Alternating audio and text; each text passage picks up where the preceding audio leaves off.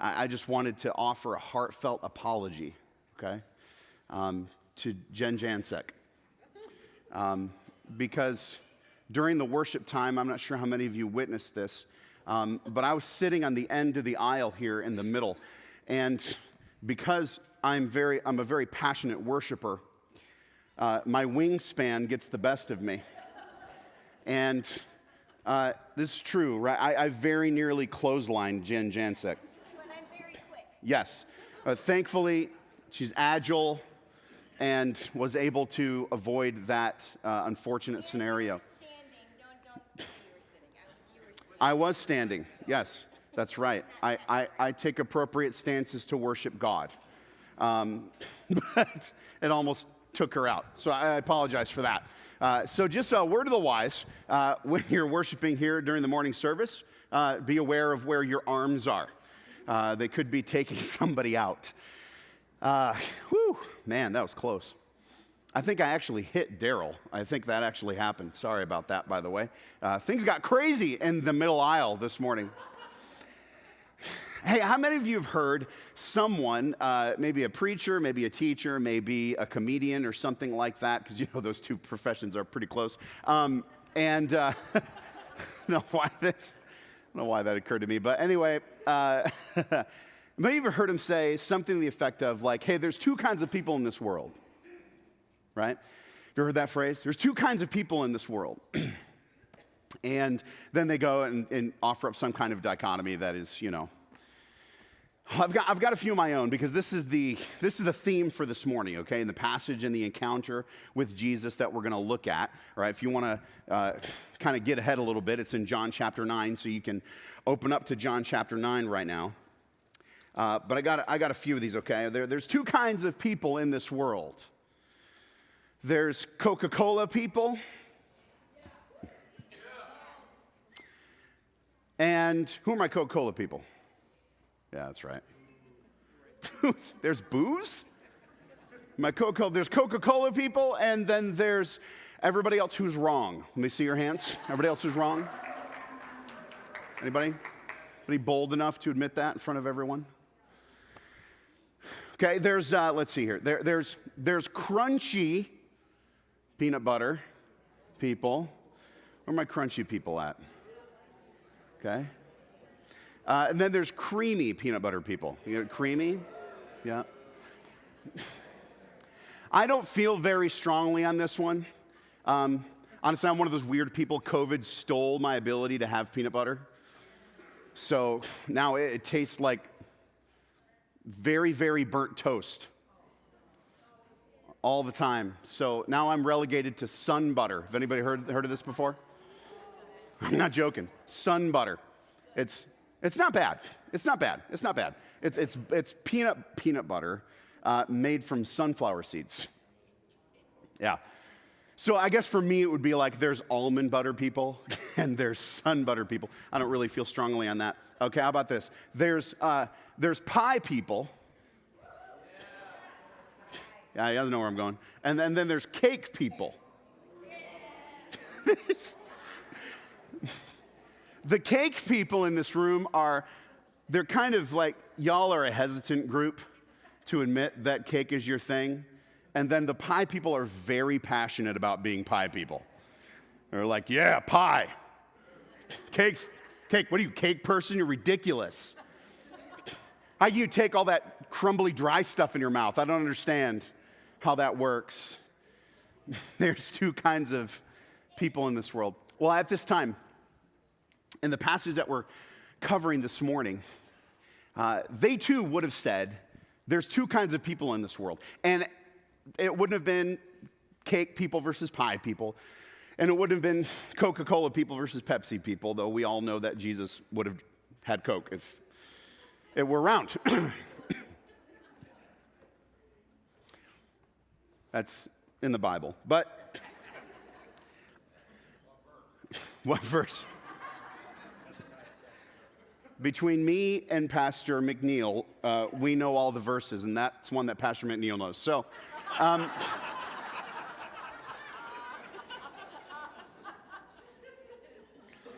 I use that for a lot of things. I should not use that for so many things. But No, at this time they would have said, hey, there's two kinds of people.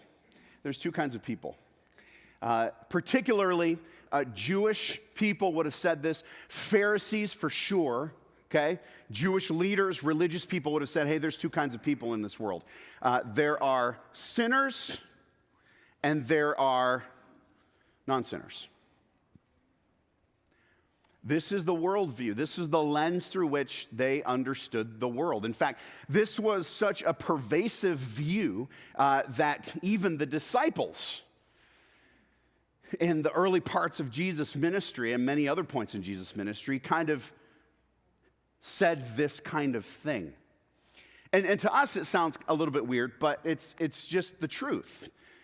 This is why a lot of the time they're saying, but Jesus, you are eating with who?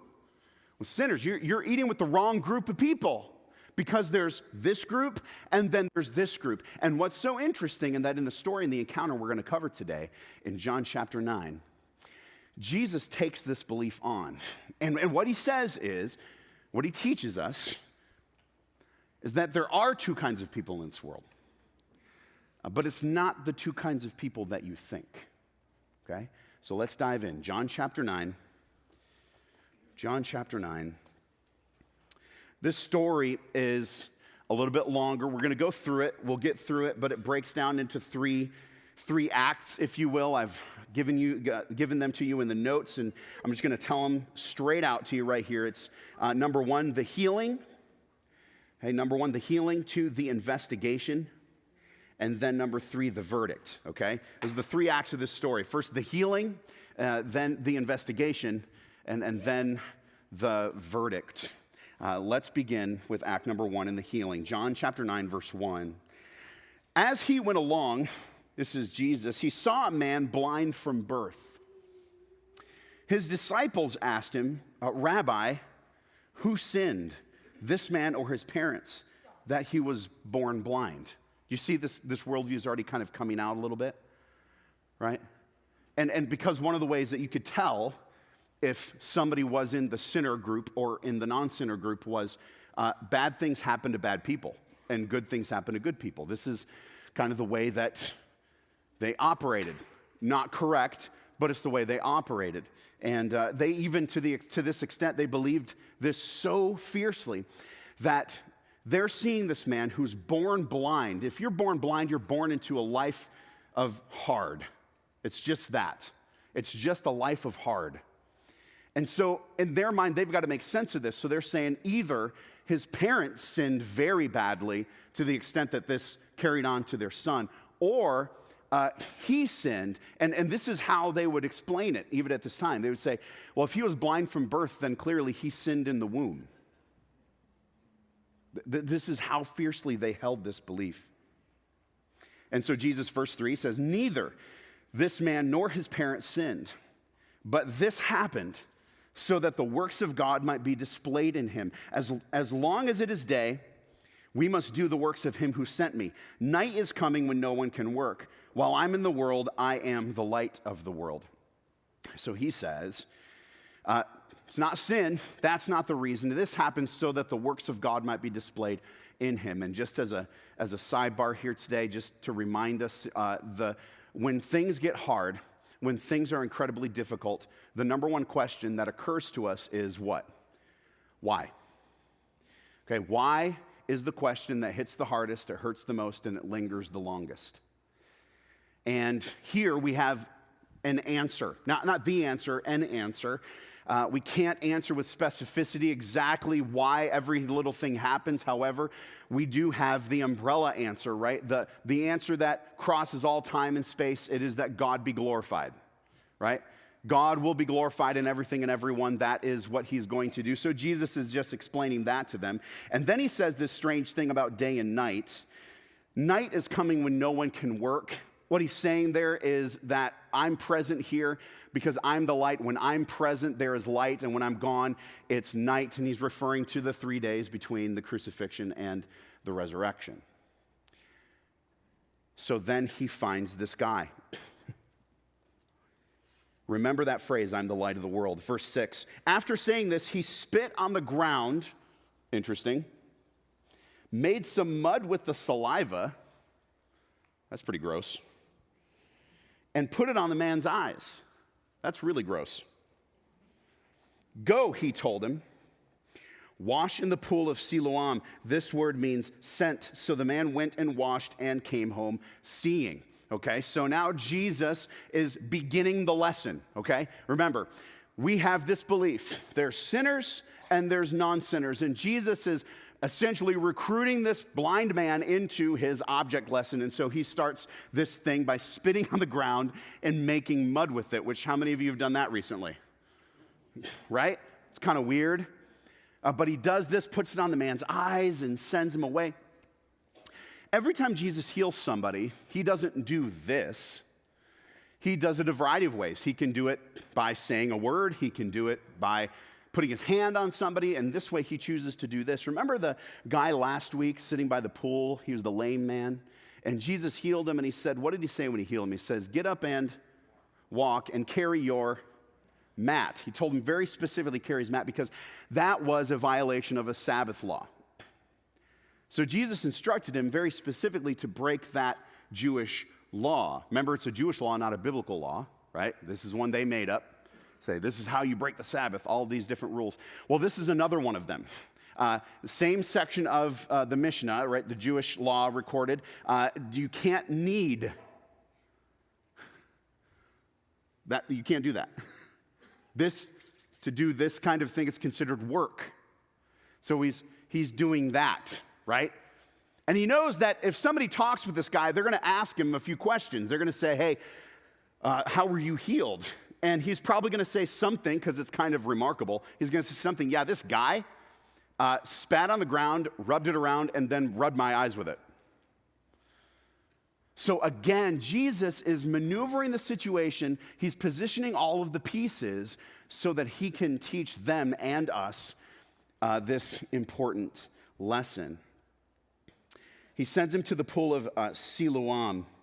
This pool was likely, it was a freshwater reservoir is probably what it was, channeled in by a canal. This is how it was done. And so what's interesting about the water in this pool is that the water itself was sent from somewhere else.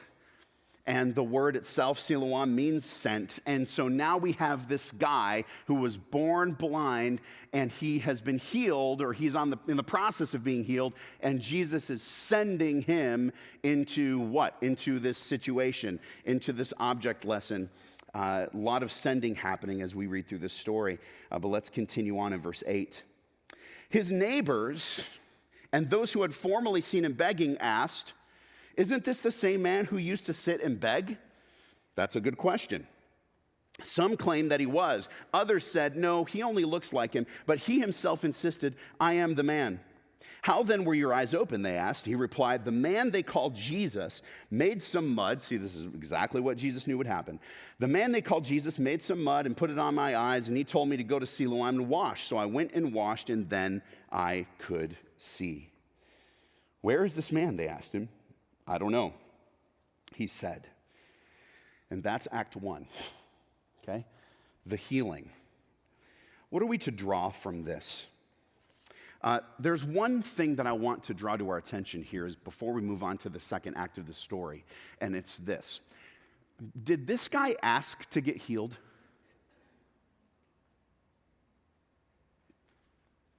This is interesting. Sometimes you encounter in a healing in the Gospels, you encounter a person that they wave Jesus over. Hey, Jesus, Son of David, have mercy on me. Something like that, right?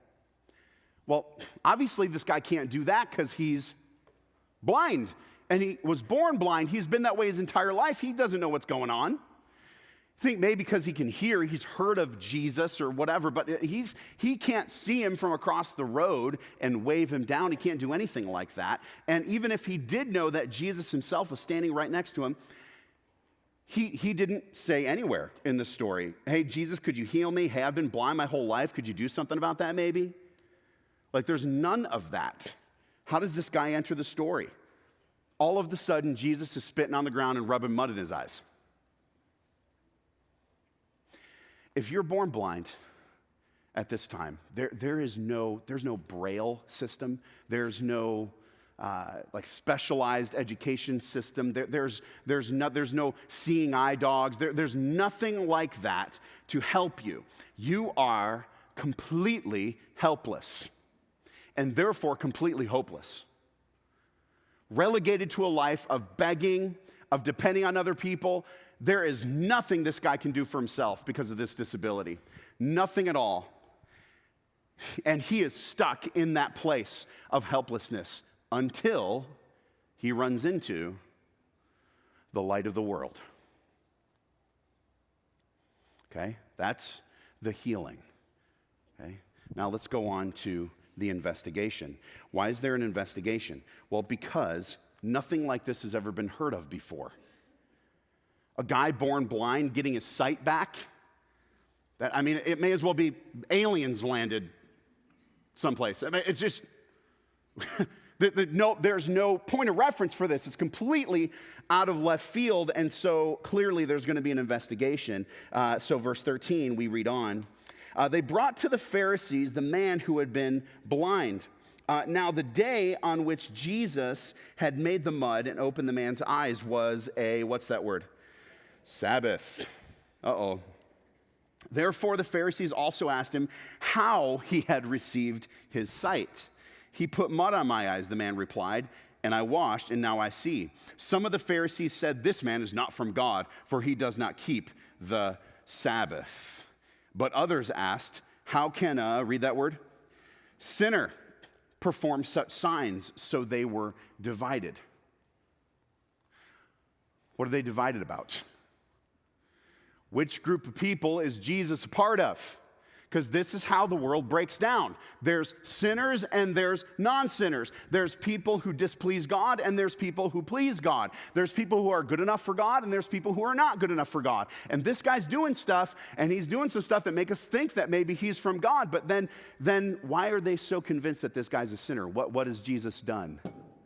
He broke the Sabbath law. And in their worldview, a guy from God, a man from God would never do such a thing. Remember Adventures in Missing the Point? They run into the guy who's healed carrying his mat around, and they're like, you cannot carry your mat. Just totally missed the fact that this guy can't walk, and now he can walk, and he's carrying a mat, some miraculous thing. This the same thing. This guy has been blind his entire life. However long that is, we're not told how old he is. He has been blind his entire life, and now he can see. He's standing here looking at me. And the thing I'm going to get hung up on is how he received his sight. It's like, who cares about that?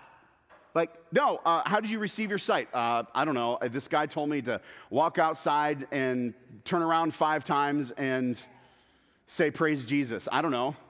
And he did that, and now I could see. Like, who cares about how? Like, this guy can see now, but they're so hung up on this way to see the world.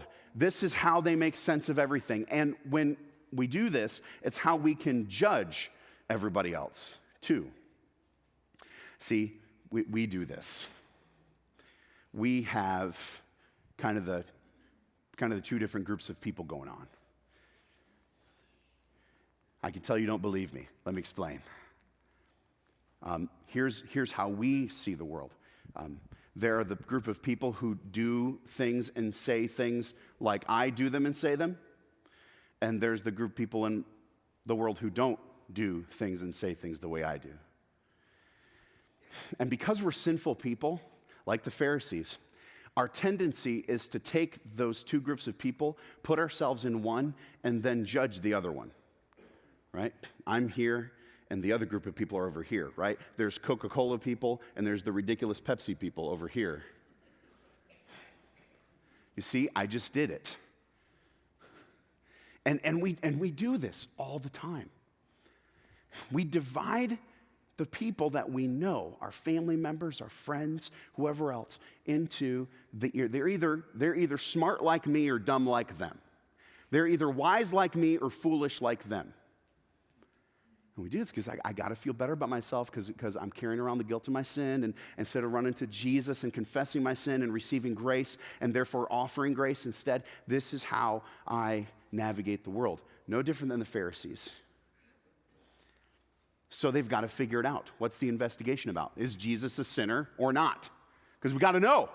Because then the world makes sense. Because here's the problem. He's doing something, breaking the Sabbath law. That's something that only sinners do, right? Like that's the thing. But then he's also performing these miraculous signs that we thought only God could do, or people from God. So this is very hard for them. You see the pickle that Jesus has put him into? Jesus is brilliant. He's put him into this position. Why? Because he is teaching us an important lesson. Remember, there actually are two different groups of people in the world, just not the two groups that we tend to think there are.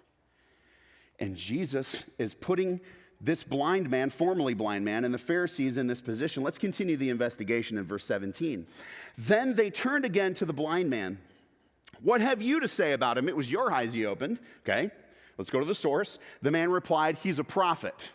Okay, so blind man, not all the way there, but he's getting there. Right? He's concluded Jesus is from God. Okay, so verse 18, they still did not believe that he had been blind and had received his sight until they sent for the man's parents. Right? So the investigation now moves on to the parents. Is this your son? Very formal. Is this the one you say was born blind? How is it that he can now see? We know that he is our son, the parents answered, and we know that he was born blind, but how he can see now or who opened his eyes, we don't know. Ask him, he is of age, he will speak for himself. So much for depending on mom and dad. Guy's like, man, I feel like I just got my sight back, like the best thing ever in the world has happened to me, and I'm put on trial. So maybe my parents can bail me out. Hey, come on, mom and dad. And they're like, he's of age, let him speak for himself. By the way, of age here means at least 13. So he could be 17. I don't know. He could be 37. We're not told, but we are told he was once blind and now he can see. His parents, they said this, verse 22, his parents said this because they were afraid of the Jewish leaders, makes sense, who had, and here we go, already decided that anyone who acknowledged that Jesus was the Messiah would be put out of the synagogue. That was why his parents said, he is of age, ask him. Okay, they're conducting an investigation, but they've already decided in their hearts, two groups of people, sinners, non-sinners, Jesus is in the sinner group. They've already decided this. They're so invested in this verdict that they've already decided that whoever says that Jesus is the Messiah is going to get put out of the synagogue. And here's what that means. Excommunicated from the religious community, which at this time was kind of everybody. So to be put out of the synagogue is horrible. You do not want this to happen to you. And so that's why the parents answered the way that they did, because the Pharisees are so committed to how they see the world. Why? Because they've got to be on top. And we've got to be on top. I get so committed. I need to feel like I'm smart enough, beautiful enough, good enough. And so I create these two groups of people and put myself in the top group because I need to know that I'm on top. They are committed to this way of seeing the world, and Jesus is really challenging them now by creating the scenario. Verse 24, a second time they summoned the man who had been born blind. Okay, second time they summoned him. Give glory to God by telling the truth, they said, since you've been lying. We know this man is a sinner, right? They've already reached their verdict. He replied, whether he is a sinner or not, I don't know. And here we have come to the line. The line that maybe we all know, but maybe we don't already know that we know it. One thing I do know, I was blind, but now I see. I love this guy's testimony. He's like, listen, I don't know about all that stuff, but here's one thing I know. I know what he did for me. I was blind, and now I can see. And my only explanation is, in between those two things, I ran into the light of the world. I ran into this guy. And because of that encounter, I can now see. I was helpless, and now I'm full of hope. I was lost, and now I have been found. This is his testimony. And we'll see how revealing it is in just a moment. Verse 26, then they asked him, what did he do to you? How did he open your eyes? They've already asked him this question. So he answered, I've told you already, and you did not listen. Why do you want to hear it again? Do you want to become his disciples too? I love that. Get some sight, and this guy gets snippy, man. He's like, I don't care anymore. Like, you want to be his disciples too? Which, by the way, has already revealed that this guy's planning on being a disciple. He's like, I'm in. I'm in with Jesus. Why? Because I was hopeless, and now I'm filled with hope. Two different kinds of people in this world, just not the two that we think they are. Verse 28, then they hurled insults at him and said, you are this fellow's disciple. We are disciples of Moses, right? Because they're stuck. They're stuck to the way they view the world. We know that God spoke to Moses, but as for this fellow, we don't even know where he comes from. The man answered, now that's remarkable. You don't know where he comes from, yet he opened my eyes. He's about to trap him in their own argument. We know that God does not listen to sinners. He listens to the godly person who does his will. Nobody has ever heard of opening the eyes of a man born blind. If this man were not from God, he could do nothing. To this they replied, you were steeped in sin at birth. How dare you lecture us? And they threw him out.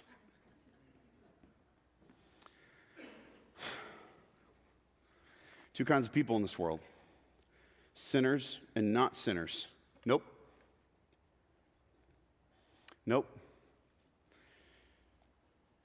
So what are the two? We got to go to Act 3, the verdict. This little play that's been played out, this little investigation actually has a conclusion.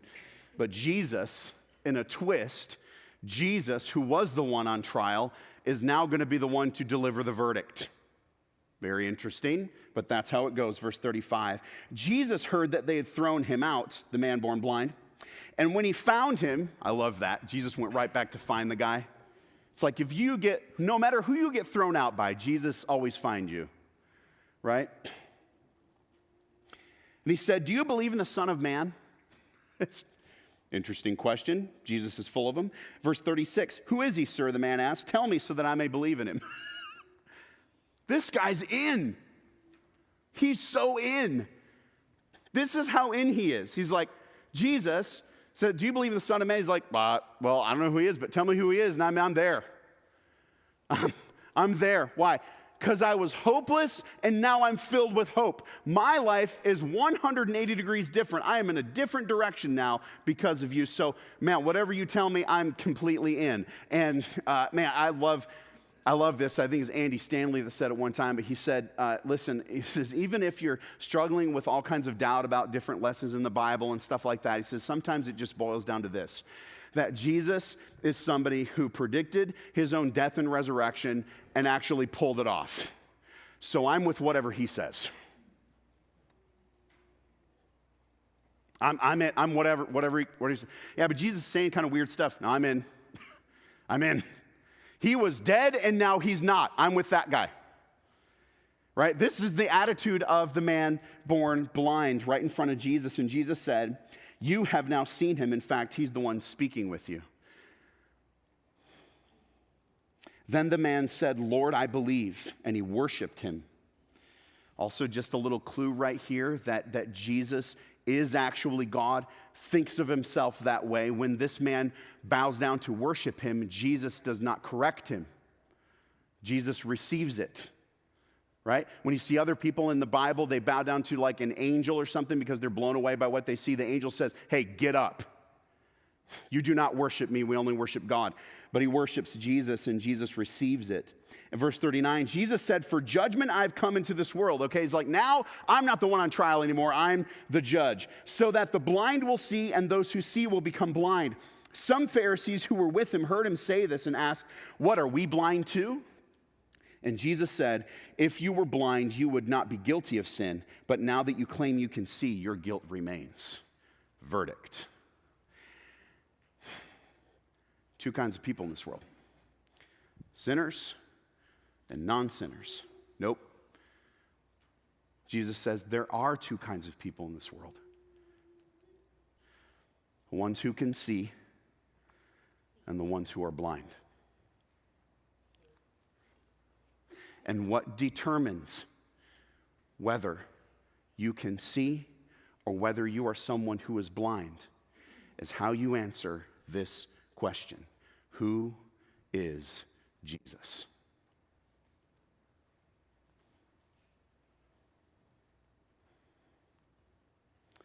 If you ask a Pharisee, who is Jesus? They would say, a rabble-rouser, a sinner. If you ask the man formerly known as the man who's blind, who is Jesus? What's his answer going to be? Savior. He saved me. I was in a helpless spot and he saved me. Right? Correct answer, by the way. And Jesus says, yeah, I know this guy was blind. I get that. But actually, he's the one who can see. And all of you guys who've been able to see your whole lives are blind. Now, what is the difference between those two responses to who Jesus is? What is the thing that makes the difference? I want to propose to you this morning that it's this. The Pharisees draw their conclusion about Jesus because they don't need him. And the blind man draws his conclusion because he does. Pharisees don't need Jesus. Jesus is the last thing they need. They've already figured it out in life. They've already got their two groups, and they're in the top group, and they're successful, and they're feeling good about life, and they're comfortable. And here's this blind man who's anything but comfortable, who's blind, helpless, hopeless, begging for everything, in total need, 100% need, so much so that he couldn't even see the Savior, let alone say something to him. And Jesus, just like he does for you and me, goes and finds the helpless guy and pulls him out. Salvation is from the Lord and from the Lord alone. This guy is helpless like you and I, and he recognizes his need for Jesus. So when Jesus shows up, he sees him for who he is. I needed a Savior, and I got one. That's the difference. So, main thing at the bottom of your notes. With Jesus, all you need is need. With Jesus, all you need is need. I'm going to ask the praise team to come back up right now. With Jesus, all you need is need. This is a phrase that I stole from Tim Keller because I thought, why try to improve upon it? With Jesus, all you need is need. And here's the idea. Who needs Jesus? Everybody. Yeah, I do. I do. Who needs Jesus? Everybody, okay? The only difference is there are some people in this world who can see that, and there are some people in this world who cannot. And the ones who can see. And the ones who cannot are blind. That's the two groups of people. This is the lesson Jesus is giving. He's saying, hey, listen, there are two different groups of people. Ones who can see, the ones who know they need me and recognize me when I show up, and the ones who are blind, meaning the ones who don't think they need me at all. Jesus himself said it. I've come into the world for those who are sick, not the ones who are well. And it's an ironic statement because is anybody actually well? No. And so Jesus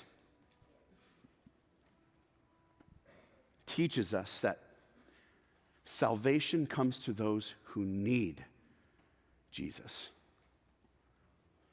You watch it over and over again in the Gospels. He's perfectly fine to walk away from people who say they don't need him. But to those like the blind man, to those like I hope you and me today, to those of us who know that we are in desperate need, and it doesn't matter how much money I got in my bank account, it doesn't matter how good I'm feeling physically, it doesn't matter how successful at work I've been, it doesn't matter how great of a marriage I have, it doesn't matter how obedient my children are, it doesn't matter any of that stuff. Today, I woke up needing Jesus just as much as I did yesterday, and I'll wake up tomorrow needing him just as much as I did today. And so if you're in this room today and you have not given your life to Jesus yet, and you know because the Holy Spirit's working on you right now, he's moving in your spirit and he's showing you that you need him. If that's you, I encourage you, don't let it wait. Talk to me, talk to Pastor Dave, talk to Pastor Josh, talk to Pastor McNeil. Any of us would love to talk to you and lead you to the Lord today. We don't want to let this wait. But if you're in the room today, and you said yes to Jesus a long time ago, here's how this can show up for us. I said yes to Jesus more than 20 years ago. And because I still have a sinful heart, there are times when I wake up and go through my day, and though I know I need Jesus, I don't live like I need him. How do you know that you don't live like you need Jesus? Here's a few clues for you that were convicting for me. Number one, I easily discuss other people's sins, but I'm hesitant to admit my own. That's because I believe I'm less sinful than other people, right? I've got two groups of people, and I'm up here and they're down here. That can be a clue. Maybe I need to get down on my knees and say, Lord, remind me how much I need you, right? Here's the second clue. My prayer life is minimal or non-existent. To be prayerless is to not need help. And it's because I believe I don't actually need God's help today to do what's before me. And so often I only really pray when I'm driven to my knees by some circumstance that finally convinces me of what's been true all along, that I can't get this done on my own. That might be a clue to say, man, I'm living like I don't need Jesus. Just get on our knees and ask God to help us remember that we need him. And here's a third clue for you. I only confess my sin when I've done something sinful. It's not that hard to confess my sin when I know I've done a specific sinful thing. But to the Christian who gets on his or her knees every single morning and confesses that they are sinful today before they've even had the chance to get up and do anything wrong to anyone that day, that person knows they need Jesus. Do we know? Do we know that we need him today? Do we know this morning? I hope to remind us of this, that you need him so much. You need him to get through the next hour. You need him so much. And as a rousing chorus of those who know they need Jesus, we take our line from the blind man, or the formerly blind man, and we say, I once was blind, but now I see. I once was lost, but now I'm found. You have no idea how much I was totally done for, and then I encountered Jesus. So let's stand this morning and sing that very chorus together as we respond to this truth.